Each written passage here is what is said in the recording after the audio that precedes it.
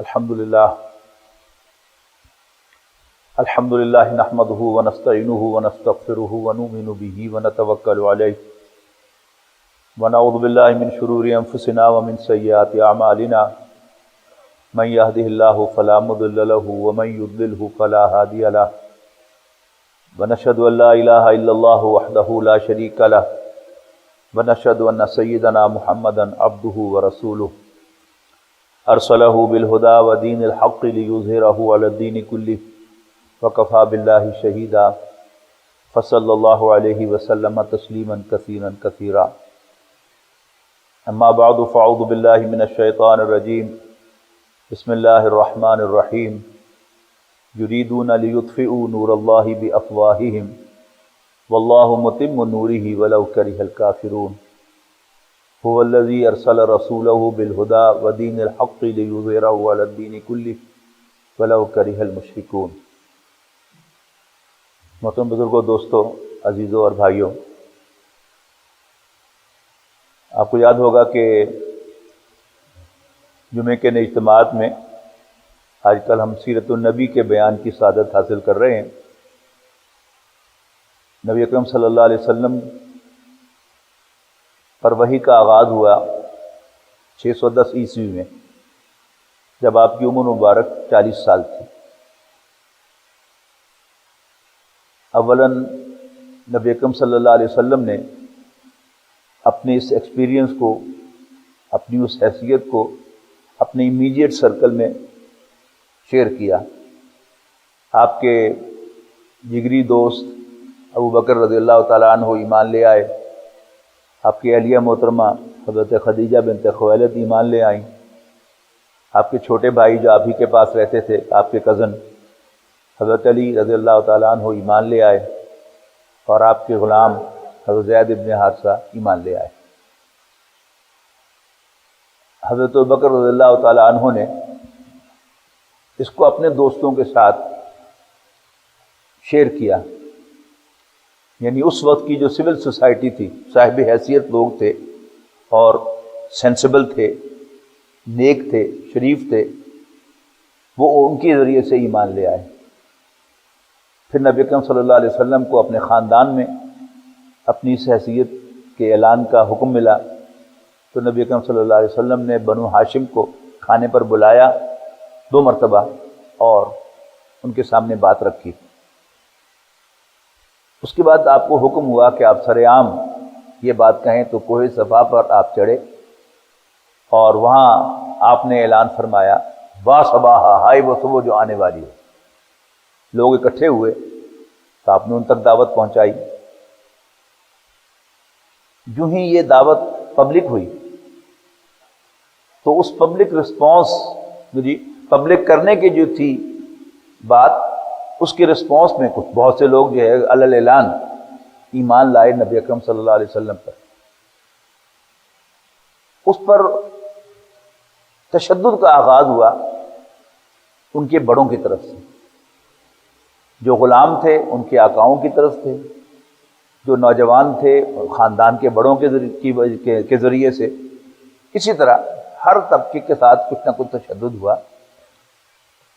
نبی اکرم صلی اللہ علیہ وسلم کو روایتی انداز سے خاندان کے سربراہ ابو طالب نے پروٹیکٹ کیا، اور یہ پروٹیکشن پورے 10 سال تک اسے حاصل رہا، اور نبی اکرم صلی اللہ علیہ وسلم کو حاصل رہا۔ اور سن 10 نبوی میں ابو طالب کا انتقال ہوا۔ ابو طالب کے انتقال کے بعد ابو لہب خاندان کا سربراہ بنا، اور اس نے نبی اکرم صلی اللہ علیہ وسلم کو خاندان بنو ہاشم سے نکال دیا۔ اب نبی اکرم صلی اللہ علیہ وسلم مکہ مکرمہ میں نہیں رہ سکتے تھے، اس لیے کہ مکہ مکرمہ ایک ہی قبیلے کا شہر تھا، اس میں یا کوئی کرشی رہ سکتا تھا، یا کرشی کا غلام، یا کرشی کا حلیف۔ تو آپ نے 2-3 سرداروں سے پناہ کا تقاضا کیا، انہوں نے نہیں دی، تو آپ طائف تشریف لے گئے، وہاں جو کچھ ہوا وہ آپ کو معلوم ہے۔ اس کے بعد نبی اکرم صلی اللہ علیہ وسلم کو معراج ہوئی، اور اسی سال یعنی 11 نبوی میں حج کے اندر نبی اکرم صلی اللہ علیہ وسلم نے یثرب سے آئے ہوئے، مدینے سے آئے ہوئے 5-6 افراد سے ملاقات کی، ان کے سامنے پیغام رکھا، اپنا تعارف کروایا، وہ ایمان لے آئے۔ اگلے سال 12 افراد آئے اور آپ کے ساتھ انہوں نے بیعت کی، اسے بیعت عقبہ اولیٰ کہا جاتا ہے۔ اس بیعت میں نبی اکرم صلی اللہ علیہ وسلم نے ان سے حلف لیا کہ وہ شرک نہیں کریں گے، چوری نہیں کریں گے، بدکاری نہیں کریں گے، کسی پر تہمت نہیں لگائیں گے، اور اچھی باتوں میں ہم آپ کی نافرمانی نہیں کریں گے۔ اگلے سال 75 افراد آئے، جن میں 3 خواتین بھی تھیں، اور نبی اکرم صلی اللہ علیہ وسلم کو پیشکش کی اوس اور خزرج کی طرف سے۔ یہ دونوں قبیلے تھے جو یثرب کے مدینہ منورہ کے سنت آف دا سوائل تھے۔ ان کی طرف سے دعوت آئی کہ آپ کے خاندان والوں نے آپ کو ڈسون کیا ہے، آپ ہمارے ساتھ پاس تشریف لے آئیں، ہم ایسے ہی آپ کی حفاظت کریں گے جیسے اپنے خاندان میں پیدا ہونے والے بچوں کی حفاظت کرتے ہیں۔ نبی اکرم صلی اللہ علیہ وسلم نے یہ پیشکش قبول کی، اور اس لیے کہ اب مدینہ کے لوگوں نے نبی اکرم صلی اللہ علیہ وسلم کی جد و جہد میں شامل ہونے کا فیصلہ کر لیا، تو آپ نے انہیں آرگنائز کیا، ان سے ایک بیعت لی سم و تعت کی تحت، اور 3 ماہ کے بعد آپ مدینہ منورہ منتقل ہو گئے۔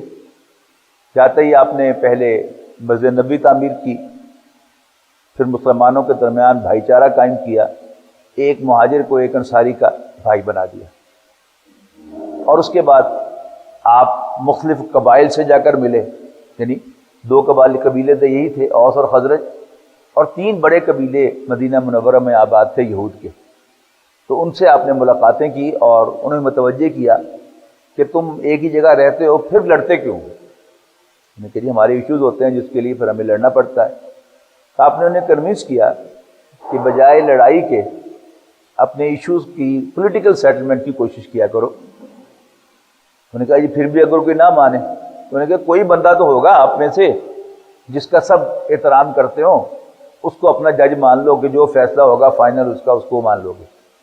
تو انہوں نے کہا ٹھیک ہے، پھر آپ ہی ہیں ہمارے وہ جج کہ جن کا فیصلہ آخری ہوگا۔ اس کے نتیجے میں ون آفٹر دی ادر یہ تینوں قبیلوں جو ہے نبی اکرم صلی اللہ علیہ وسلم کی طرف سے سزا کا کہ مستحق ٹھہرے۔ اس کی انشاءاللہ تفصیل بعد میں کریں گے۔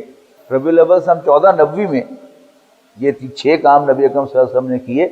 ربیع الاول میں آپ تشریف لائے مدینہ منورہ، اور رمضان سے آپ نے مہمیں روانہ کرنا شروع کی۔ رمضان سن 1 ہجری میں نبی اکرم صلی اللہ علیہ وسلم نے پہلی فوجی مہم روانہ فرمائی، اور پھر تقریباً ہر ماہ حرمت والے مہینے چھوڑ کر آپ ایک نہ ایک مہم روانہ کرتے رہے۔ یہ تفصیل سب میں دہرا رہا ہوں تاکہ آپ ذرا کنیکٹ ہو جائیں، ناظرین بھی جو سن رہے ہیں دیکھ رہے ہیں وہ بھی کنیکٹ ہو جائیں جنہوں نے پہلے نہ سنا ہو۔ انہی میں سے 2 مہمیں ایسی ہوئیں کہ جو غزوہ بدر کا باعث بن گئی۔ اس کی تفصیل میں بیان کر چکا ہوں۔ ایک جو نخلا میں بھیجی تھی آپ نے مہم، اور نبی اکرم صلی اللہ علیہ وسلم کے مختلف تجارتی راستوں پر اپنے آدمی شو کرنے کی بنیاد پر جو ایک بڑا قافلہ قریش نے روانہ کیا تھا ابو سفیان کی سرکردگی میں، اس کو روکنے کے لیے نبی اکرم صلی اللہ علیہ وسلم بھی مدینے سے نکلے، لیکن اللہ تعالیٰ کو یہ منظور نہیں تھا۔ وہ 2 دن پہلے آگے نکل گیا۔ آپ نے قیام فرمایا کہ واپسی پر اس کو پکڑیں گے۔ اب کیا ہوا؟ اس کے نتیجے میں نبی اکرم صلی اللہ علیہ وسلم نے فیصلہ فرمایا کہ ہم قریش سے آنے والے 1000 کے لشکر کے ساتھ مقابلہ کریں، اور ادھر قریش کے ہاں بھی اختلاف رائے ہوا۔ جو ہاکس تھے وہ یہ کہہ رہے تھے کہ تیاریاں روز روز نہیں ہوتی، اس دفعہ تیاری ہو چکی ہے، ہمیں لڑنا چاہیے، اور جو دھیمے مزاج کے لوگ تھے، نرم مزاج کے لوگ تھے، وہ چاہ رہے تھے کہ ہمیں واپس چلے جانا چاہیے۔ لیکن ابو جہل نے وہاں شرارت کی، اپنے حق میں رائے عامہ کو ہموار کیا۔ تو 2 کام اس نے کیے۔ ایک تو عتبہ بن ربیعہ چونکہ بڑا زور دے کر یہ کہہ رہا تھا کہ ہمیں واپس چلے جانا چاہیے، تو اس کو تانا دیا، ہاں بیٹا جو سامنے نظر آ رہا ہے عتبہ کے بیٹے ابو حذیفہ بن عتبہ، وہ مسلمان تھے، نبی اکرم صلی اللہ علیہ وسلم کے ساتھ مہاجرین میں شامل تھے۔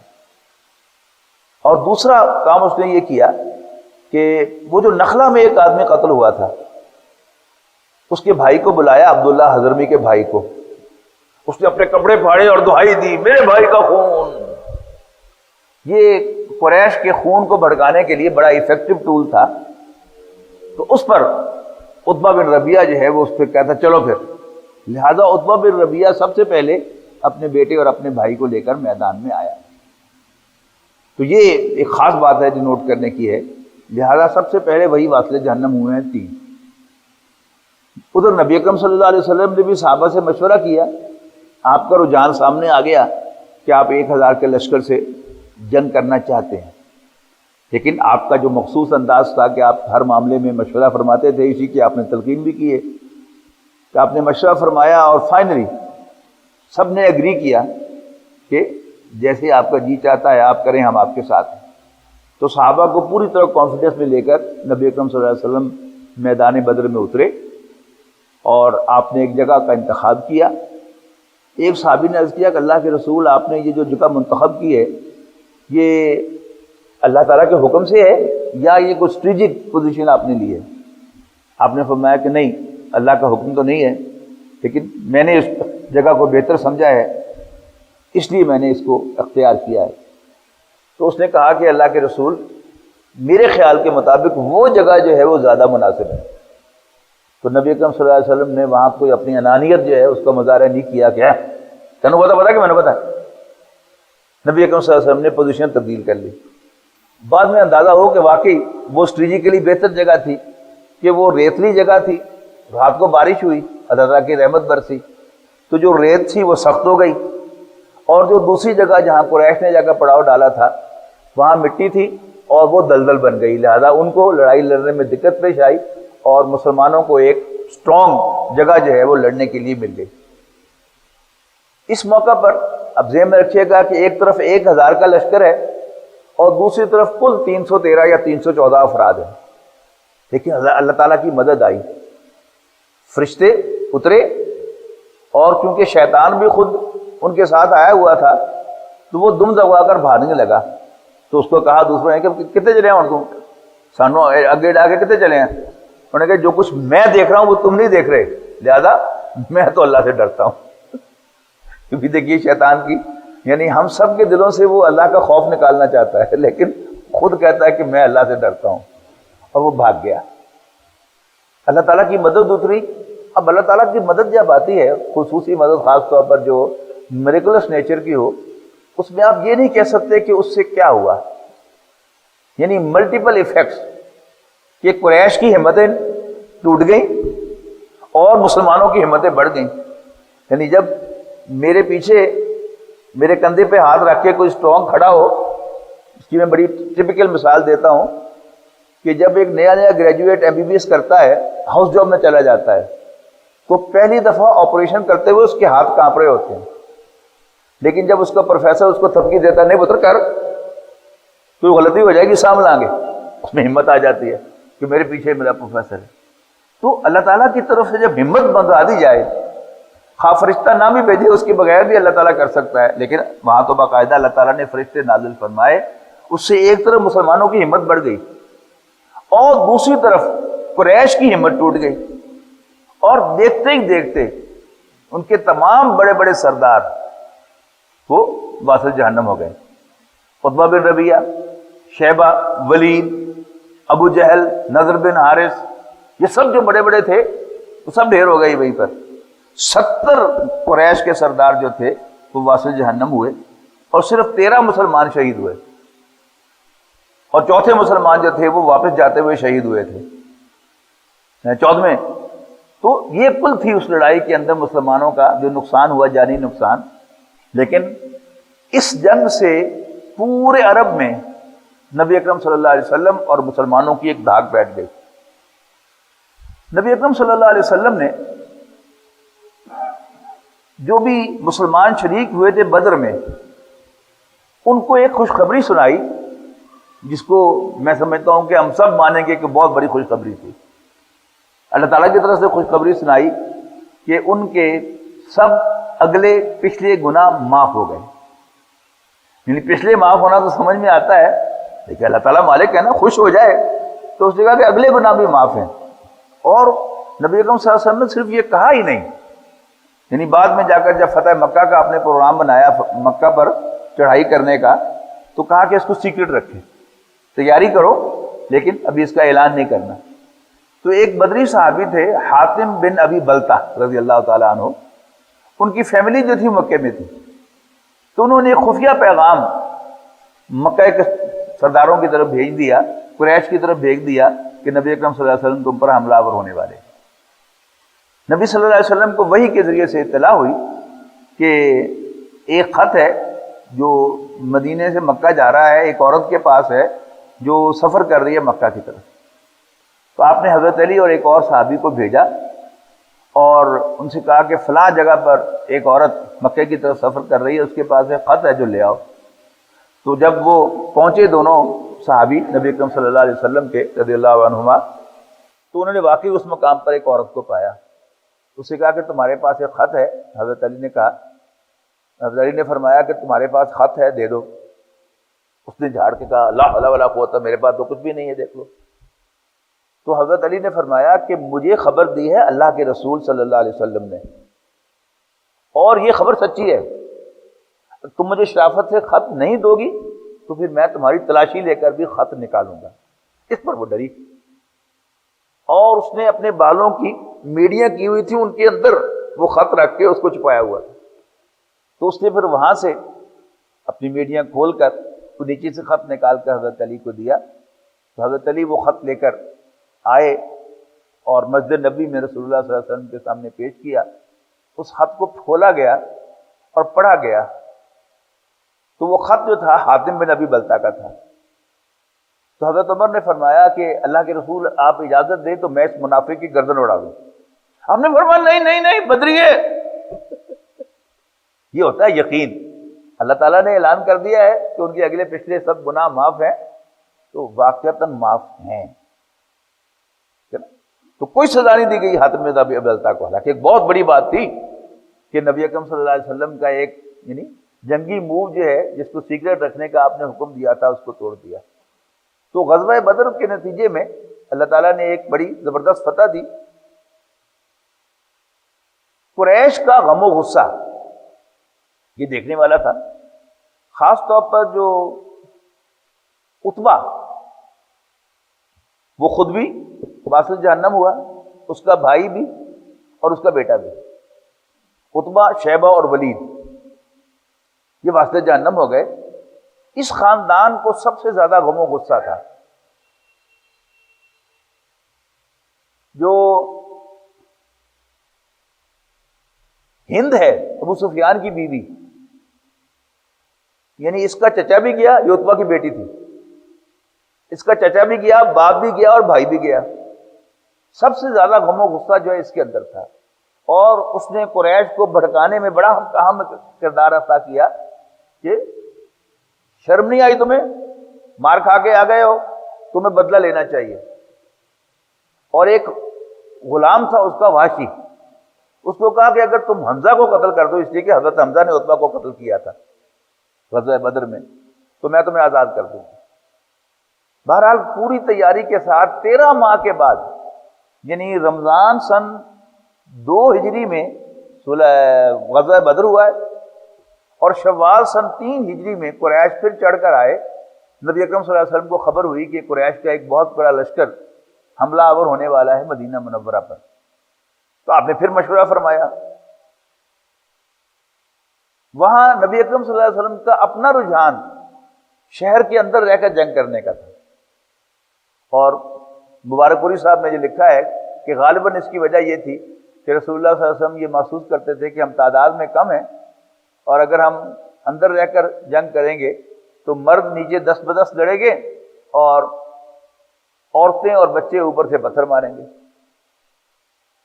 کوئی انسیڈنٹلی کہنا تو نہیں چاہیے، یہ عام زبان میں جو ہم کہتے ہیں، یہ اللہ تعالیٰ کی اسٹریٹجی ہوتی ہے ساری۔ منافقوں کا سب سے بڑا سردار رئیس المنافقین عبداللہ بن ابی، یہ کون تھا؟ اس کا تعارف بھی میں سمجھتا ہوں کہ ہم سب کو سیرت النبی کا حصہ سمجھ کر جاننا چاہیے۔ یہ مکے کا سب سے مالدار مدینے کا سب سے مالدار آدمی تھا، خزرج قبیلے سے اس کا تعلق تھا، اور نبی اکرم صلی اللہ علیہ وسلم کی آمد سے قبل اوس اور خزرج کے لوگوں نے اس کو اپنا بادشاہ بنانے کا فیصلہ کر لیا۔ اس کا تاج بھی تیار ہو چکا تھا کہ نبی اکرم صلی اللہ علیہ وسلم بے تاج بادشاہ کی حیثیت سے مدینہ منورہ تشریف لے آئے۔ بے تاج بادشاہ کا مطلب کیا ہے کہ آپ کو نہ بادشاہ کہا گیا، نہ آپ کے اوپر سر پہ وہ تاج رکھا گیا، لیکن اس کے بغیر ہی پوری مدینے کی آبادی نے نبی اکرم صلی اللہ علیہ وسلم کو جج مان لیا اپنا، کہ آپ کے سارے جو ان کے ایشوز ہیں ان میں فائنل ڈیسیژن نبی اکرم صلی اللہ علیہ وسلم کا مانا جائے گا۔ یہ شخص عبداللہ ابن ابی 6 ماہ کے بعد ایمان تو لے آیا، بادل ناخواستہ، اس لیے کہ پورا قبیلہ ایمان لے آیا۔ اب قبیلے کا ساتھ دیتے ہوئے اس کے پاس اور کوئی چارہ کار نہیں تھا سوائے ایمان لانے کے، لیکن نہ تو اس نے نبی اکرم صلی اللہ علیہ وسلم کو دل سے اللہ کا رسول مانا، اور نہ اس نے ان کے لیے اپنے دل کو صاف پایا۔ اچھا، یہ چیز ہے کیا؟ اس کو سمجھ لینا چاہیے۔ یہ معاملہ ہمارے ساتھ بھی پیش آ سکتا ہے۔ انسان کے پاس کوئی منصب ہو یا اس کو کوئی منصب ملنے والا ہو اور پھر وہ ڈراپ ہو جائے تو اس شوق کو بیئر کرنا چاہیے، آسان نہیں ہوتا۔ خود اپنے ملک کی ایک مثال میں آپ کو دیتا ہوں۔ آپ کو یاد ہوگا کہ جب پیپلز پارٹی اور پاکستان مسلم لیگ چٹھا گروپ، ان کی کولیشن کی حکومت تھی، وفاق میں بے نظیر بھٹو صاحبہ جو تھی وہ وزیر اعظم تھیں، اور پنجاب میں منظور بٹو صاحب یہ پنجاب کے وزیر اعلیٰ تھے، لیکن ان کے خلاف ووٹ آف نو کانفیڈنس ہو گیا۔ اب یہ دونوں جو پارٹی تھی جن کی کولیشن کی گورنمنٹ تھی، ان دونوں کے سربراہوں کی میٹنگ ہوئی، محترمہ بے نظیر بھٹو اور حامد ناصر چٹھا صاحب کی میٹنگ ہوئی لاہور میں، یہ طے کرنے کے لیے کہ اب اگلا چیف منسٹر پنجاب کون ہوگا۔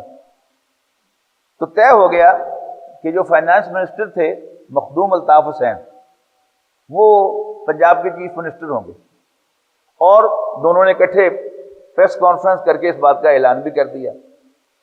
اب جب اس میٹنگ سے اٹھ کر چٹھا صاحب واپس گئے اپنے ساتھیوں کے پاس، چٹھا لیگ کے لوگوں کے پاس، تو انہیں کہا آپ یہ کیا کر کے آ گئے ہیں؟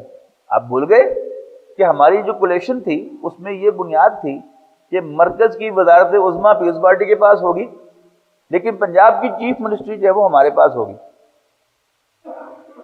تو حامد ناصر چٹھا صاحب نے فون کیا محترمہ بے نظیر بھٹو کو کہ میرے ساتھی تو اس بات کو نہیں مان رہے، اور مجھے بھی یاد آ گیا کہ یہ بات ہماری طے ہوئی تھی، لہذا وہ جو فیصلہ تھا یہ روب عمل نہ ہوا۔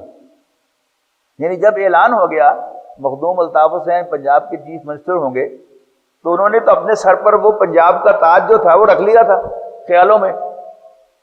اب جب وہ وزیر اعلیٰ بالفعل نہیں بنے، اس کے تیسرے روز وہ خود کار ڈرائیو کرتے ہوئے آئے ہیں پنجاب انسٹیٹیوٹ آف کارڈیولوجی۔ دروازہ انہوں نے کھولا ہے گاڑی کا، لیکن باہر نہیں نکل سکے، منہ میں سے جھاگ بہ رہی تھی ان کے، یعنی اتنا سویر ہارٹ اٹیک ہوا تھا کہ اسی میں وہ چل بسے۔ اتنا بڑا شوق ہوتا ہے۔ تو عبداللہ ابن ابی کیونکہ اس کا بھی تاج بن چکا تھا، اپنے خیالوں میں وہ تاج اپنے سر پر رکھ چکا تھا، مدینہ کا بادشاہ بن گیا تھا، لیکن نبی اکرم صلی اللہ علیہ وسلم نے چونکہ اس سے وہ تاج چھین لیا، لہذا اس سے بھی وہ چیز، وہ شوق جو ہے وہ ہضم نہیں ہوا، اور نبی اکرم صلی اللہ علیہ وسلم کی ٹانگ کھینچنے کی کوشش، آپ کی حیثیت کو انڈرمائن کرنے کی کوشش، اس میں سب سے بڑا جو ہے وہ وہی ہے۔ قرآن مجید میں جہاں بھی نفاق کا مضمون بیان ہوا ہے، منافقوں کی خصلتیں بیان ہوئی ہیں، منافقت کا کردار بیان ہوا ہے، وہ اکثر و بیشتر وہ عبداللہ ابن ابی کے اقوال ہوتے ہیں یا اس کی حرکتیں ہوتی ہیں جن کو قرآن مجید کوٹ کرتا ہے کہ منافقوں کا کردار یہ ہے، یہ وہ شخص ہے۔ جیسے نبی اکرم صلی اللہ علیہ وسلم اسوہ حسنہ ہے اس کے لیے، ہر ایمان والے کے لیے، لیکن منافقین کا وہ اسوہ حسنہ تو نہیں کہنا چاہیے، اسوہ سیئہ وہ کون ہے؟ وہ عبداللہ ابن ابی ہے۔ عبداللہ ابن ابی نے بھی اپنی رائے پیش کی اس میٹنگ کے اندر کہ ہم یہاں کے رہنے والے ہیں، سنز آف دا سوائل ہیں، ہمارا تجربہ یہ ہے کہ جب بھی ہم نے اندر رہ کر لڑائی لڑی ہے ہم جیتے ہیں، اور جب بھی ہم باہر نکل کر لڑے ہیں تو ہم نے مار کھائی ہے۔ لہذا اندر رہ کے لڑنا چاہیے. لیکن صحابہ کرام کی اکثریت جو تھی، خاص طور پر نوجوان صحابہ اور وہ جو بدر میں شریک نہیں ہوئے تھے، وہ بڑے ڈسپریٹ تھے اس کے لیے کہ ہمیں تو شہادت چاہیے، ہمیں تو اپنے گناہوں کی معافی چاہیے. لہذا انہوں نے بڑی جوشیلے تقریریں کی کہ ہم عورتوں کی طرح گھر میں رہنا نہیں چاہتے، ہم تو باہر نکل کر لڑنا چاہتے ہیں، مقابلہ کرنا چاہتے ہیں، اللہ تعالیٰ کی طرف سے ہم بھی خوشخبریاں پانا چاہتے ہیں. نبی اکرم صلی اللہ علیہ وسلم یہ باتیں سن کر اندر تشریف لے گئے اپنے حجرے میں، اور تھوڑی دیر کے بعد آپ برآمد ہوئے زرہ پہن کر، یعنی جنگی لباس پہن کر آپ باہر آئے. جب آپ اندر تشریف لے گئے تو سینئر صحابہ نے ان نوجوان صحابہ کو اور جو چیلے تقریریں کرنے والوں کو روکا، ڈانٹا کہ تم دیکھ نہیں رہے تھے کہ اللہ کے رسول صلی اللہ علیہ وسلم کا رجحان کیا ہے. وہ مشورہ کر رہے تھے، آپ بس مشورہ دیتے اپنا، لیکن نبی اکرم صلی اللہ علیہ وسلم کی رائے کو سپورٹ کرتے. اب جب واپس آئے نبی اکرم صلی اللہ علیہ وسلم زرہ پہن کر، تو ان صحابہ نے جنہوں نے بڑی جوشیلی تقریریں کی تھی کہ ہم باہر جا کر لڑنا چاہتے ہیں، انہوں نے معذرت کی، اللہ کے رسول جو آپ کا فیصلہ ہے وہی ہمارا فیصلہ ہے، بس ہم تو اپنی رائے دے رہے تھے. تو نبی اکرم صلی اللہ علیہ وسلم نے ارشاد فرمایا کہ کسی نبی کو زیب نہیں دیتا کہ وہ زرہ پہن کر، یعنی فوجی لباس پہن کر لڑائی کیے بغیر وہ لباس اتار دے. مطلب کیا تھا؟ اب باہر جا کر ہی لڑنا ہوگا. اس موقع پر یعنی اصول کیا ہے کہ جب مشورہ مانگا جائے تو مشورہ دیا جائے، اور اس میں اپنے مشورے پر اصرار نہ کیا جائے. اس میں بڑی ایک دلچسپ بات آپ کو بتانے چلا ہوں. تبلیغی جماعت کے ہاں یہ نارم ہے کہ جب بھی مشورہ ہونے لگتا ہے تو پہلے ایک شخص جو ہے وہ مشورے کے آداب بیان کرتا ہے، اور اس میں ایک ادب آپ کو بڑا دلچسپ لگے گا، عجیب لگے گا. وہ کیا ہے کہ مشورہ دو اور دل ہی دل میں دعا کرو کہ میرا مشورہ نہ مانا جائے. یہ اصل میں کیا ہے؟ یہ انسان کے نفس کا ایک علاج ہے. جب انسان مشورہ دیتا ہے تو وہ اپنے دل میں سوچ رہا ہوتا ہے کہ سب سے عمدہ بات تو میں ہی کہہ رہا ہوں، میں تو آسمان کا تارا توڑ کے لے آیا ہوں، اور امیر کس طرح میری بات نہیں مانتا، صدر مجلس کیسے میری بات نہیں مانتا. اور اگر اس کا تزکیہ نفس نہ ہوا ہو تو جب اس کی رائے کے خلاف فیصلہ ہوگا تو وہ ریزنٹ کرے گا، وہ ناگوار گزرے گا اس کو. لہذا تبلیغی جماعت والوں نے باقاعدہ ایک طے کر دیا ہے کہ مشورے کے آداب میں سے ہے کہ مشورہ دو اور پھر اللہ سے دعا مانگو کہ میرا مشورہ نہ مانا جائے. اگرچہ جب انسان وہ دعا کر رہا ہوگا تو اس کی زبان تو یہ کہہ رہی ہوگی کہ میرا مشورہ نہ مانا جائے، لیکن اس کا دل باہر یہی کہہ رہا ہوگا کہ سب سے اچھی بات تو میں ہی کر رہا ہوں، تو میری بات کو امیر کو کبھی نظر انداز نہیں کرنا چاہیے. یہ عام ہماری زندگی کے کسی بھی آرگنائزیشن میں، کسی بھی پرائیویٹ ادارہ ہو، سرکاری ادارہ ہو، یہ وہ نارمز ہیں جو ہمیں سیرت النبی سے ملتے ہیں کہ یہ ہے طریقہ، اور دنیا نے بہرحال اس کو اختیار کیا ہے. تو عبداللہ ابن ابی نے اس فیصلے کے خلاف فوراً کہا، اٹھ کے آ جاتے ہیں باہر سے، پتہ وتہ ہے کچھ نہیں، ہم تو خودکشی کرنے کو تیار نہیں ہیں. اور پھر جو 2-3 دن تیاری کے ملے اس میں بھرپور لابنگ کی اس نے اپنے موقف کی. نتیجہ کیا نکلا کہ جب نبی اکرم صلی اللہ علیہ وسلم مدینہ منورہ سے نکلے 1000 ساتھیوں کو لے کر، تو راستے میں عبداللہ ابن ابی نے اعلان کیا کہ آپ بات سنتے ہی نہیں، تجربہ ہے کوئی نہیں، باہر سے اٹھ کے آئے ہیں، بھائی ہم تو خودکشی کرنے کے لیے تیار نہیں ہیں، ہم تو واپس جا رہے ہیں. 300 افراد عبداللہ ابن ابی کے ساتھ نکل کر باہر آ گئے. اچھا، اب یہ ایک نفسیات کا مسئلہ ہے کہ جب بھی آپ کو اپنی رائے پر بہت زیادہ یقین ہو اور آپ صاحب حیثیت بھی ہوں اور آپ کو مان ہو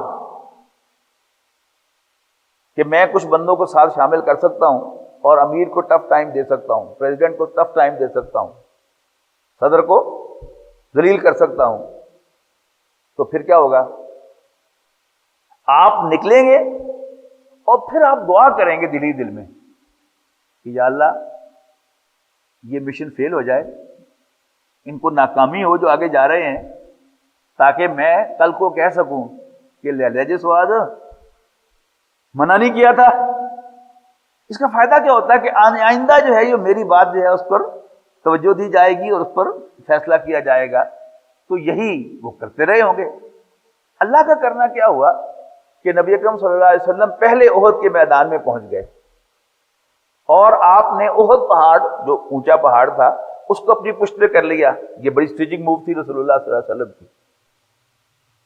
لیکن اس بڑے پہاڑ کے ساتھ پھر تھوڑا سا نیچے جگہ تھی, درہ تھا, اور پھر ایک چھوٹی سی پہاڑی تھی.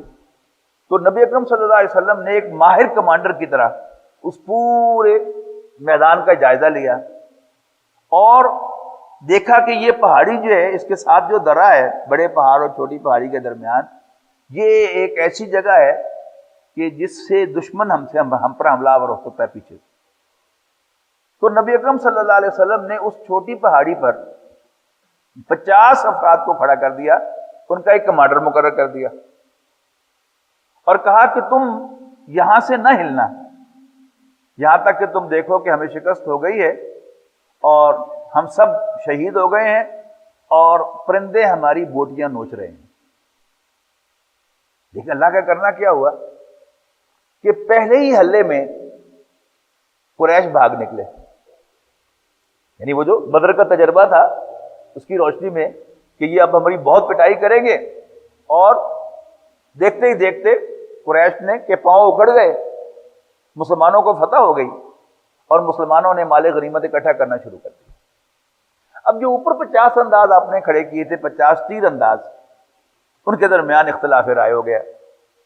ان میں سے اکثر نے کہا کہ بس اب ختم ہو گیا کام, لیٹس گو ڈاؤن. ان کے کمانڈر نے کہا نہیں, اللہ کے رسول نے ہمیں کہا تھا کہ تم ہر صورت یہاں سے نہ ہلنا. تو انہوں نے کہا کہ یہ اپنی انٹرپریٹیشن تم کر رہے ہو, آپ کے الفاظ تو یہ تھے کہ اگر ہم سب شہید ہو جائیں اور پرندے ہماری بوٹیاں نوچ رہے ہوں پھر بھی تم یہاں سے نہ ہلنا. اب تو فتح ہو گئی, جنگ ہی ختم ہو گئی, اب ہمارے یہاں کھڑے ہونے کا تک کیا ہے. تو انہوں نے رسول اللہ صلی اللہ علیہ وسلم کے حکم کو تو انٹرپریٹ کر دیا, لیکن جو موقع پر کمانڈر موجود تھا اس کی صریح خلاف ورزی کی اس کے حکم کی, اور 35 افراد نیچے اتر گئے, اوپر صرف 15 رہ گئے.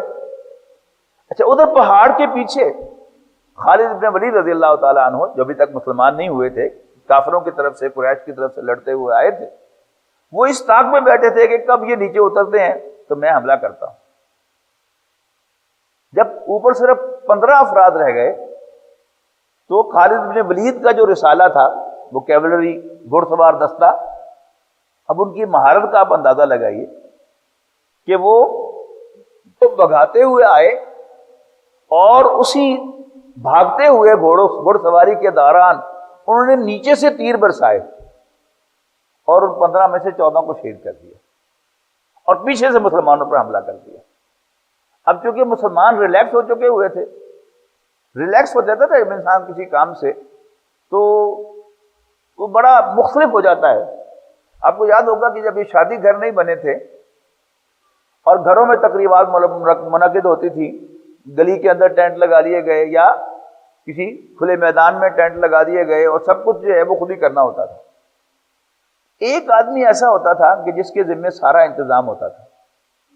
وہ پہلے طے کر کے کہ کتنے مہمان ہونے ہیں, کیا کھلانا ہے, کیا پلانا ہے, کیا انتظام کرنے ہیں, اور پھر وہ جو پکائی والے ہوتے تھے ان کو بلاتا تھا یا ان کے پاس جاتا تھا کہ جی اتنے مہمان ہیں اور یہ کھانا سرو کرنا ہے, تو بتاؤ کیا کیا چیزیں لانی ہیں.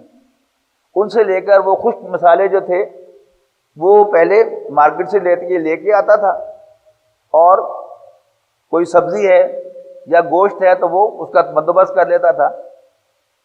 یہ شخص جو تھا یہ 2-3 راتیں مسلسل جاگتا تھا, اس لیے کہ شادی سے ایک دن پہلے اس نے سارا سامان, کراکری, ٹینٹ, کناتے, میز, کرسیاں, ان سب کا بندوبست بھی کرنا ہوتا تھا اور گن کر ریسیو بھی کرنی ہوتی تھی چیزیں.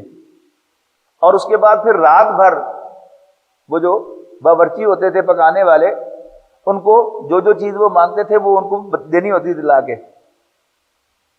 پھر اگلے روز وہ شادی ہوتی تھی, شادی ختم ہو گئی، مہمان چلے گئے، لیکن یہ فارغ نہیں ہوتا تھا، اس نے اب وہ سارے برتن دھلوانے ہوتے تھے، پھر ان کی گنتی کروانی ہوتی تھی، پھر کراتیں، شامیانے، کرسیاں، میز، یہ سب فولڈ کروا کے اور گننے ہوتے تھے، اور پھر ون بائی ون سب کو چیزوں کو واپس کرنا ہوتا تھا اور سمیٹنا ہوتا تھا۔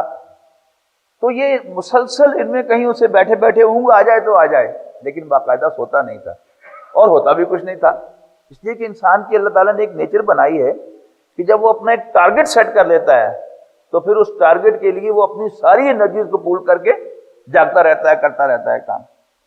اچھا، وہی شخص جو 3 راتیں نہیں سویا، جب وہ سارا سامان وغیرہ واپس کر کے اب سوتا تھا جا کے بستر کے اوپر یا چارپائی کے اوپر، اس کے بعد آپ اس کو چارپائی سے اٹھا کے نیچے پھینک دے تب بھی وہ جاگ نہیں سکتا تھا، اس لیے کہ اب وہ ریلیکس ہو گئے۔ تو تعویل کر لی انہوں نے، لیکن تنازع کس کے ساتھ کیا، ڈسپیوٹ کس کے ساتھ کیا؟ اپنے کمانڈر کے ساتھ کیا۔ وَتَنَازَعْتُمْ فِي الْأَمْرِ، اور تم نے فیصلے میں، ڈیسیژن میں تنازع کھڑا کیا۔ اور وَعَصَيْتُمْ مِن بَعْدِ مَا أَرَاكُمْ مَا تُحِبُّونَ، اور تم نے نافرمانی کی اس کی، اس کے بعد کہ اللہ نے تمہیں وہ دکھایا جو تمہیں پسند ہے۔ اس میں اکثر مفسرین نے تو یہ مراد لیا ہے اس سے کہ مال غنیمت، مال جو کہ بڑا پسند ہے انسان کو، مال غنیمت اکٹھا کرنے کے کیوں نیچے آ گئے۔ لیکن محترم ڈاکٹر سعد احمد صاحب رحمہ اللہ کی رائے یہ تھی کہ غزوہ بدر کے بعد غنیمت کا قانون، انفال کا قانون سورۃ انفال میں نازل ہو چکا تھا۔ اب جو پرانا رواج تھا عرب کا کہ جو مال جس کے ہاتھ لگ جائے اس کا ہے، وہ تو تھا ہی نہیں، سارا مال اکٹھا کر کے پول ہونا تھا اور نبی اکرم صلی اللہ علیہ وسلم کی خدمت میں اور شریعت کے قاعدے کے مطابق اسے تسلیم ہونا تھا۔ تو ڈاکٹر صاحب کی رائے یہ تھی کہ یہاں فتح مراد ہے۔ سورہ صف میں فرمایا گیا ہے وَأُخْرَىٰ تُحِبُّونَهَا، اور دوسری چیز جو تمہیں بڑی پسند ہے، جس کو تم اچھا سمجھتے ہو، پیار کرتے ہو، جس سے نصر من اللہ وفتح قریب، کہ اللہ کی مدد آئے اور جلد فتح مل جائے، یہ بھی ہوگا۔ اس لیے کہ اصل کامیابی تو آخرت کی کامیابی ہے، وہ تو مل ہی جائے گی اور اللہ کی مدد سے فتح بھی ہو جائے گی۔ تو یہ سیکنڈری ہے۔ تو چونکہ انہیں فتح دیکھ لی تو اب جو دل میں ان کے ایک جذبات تھے، اس کی بنیاد پر اسے فتح کو دیکھ کر وہ نیچے اتر گئے۔ بہرحال اس کے لیے الفاظ کیا ہیں؟ حتی اذا فشلتم وتنازعتم فی الامر من بعد ما اراکم ما تحبون، اس کے بعد کہ تم نے، اللہ نے تمہیں دکھائی وہ چیز کہ جس سے تم محبت کرتے تھے، تم نے امیر کے ساتھ تنازع کیا ریلیکس ہونے کے بعد۔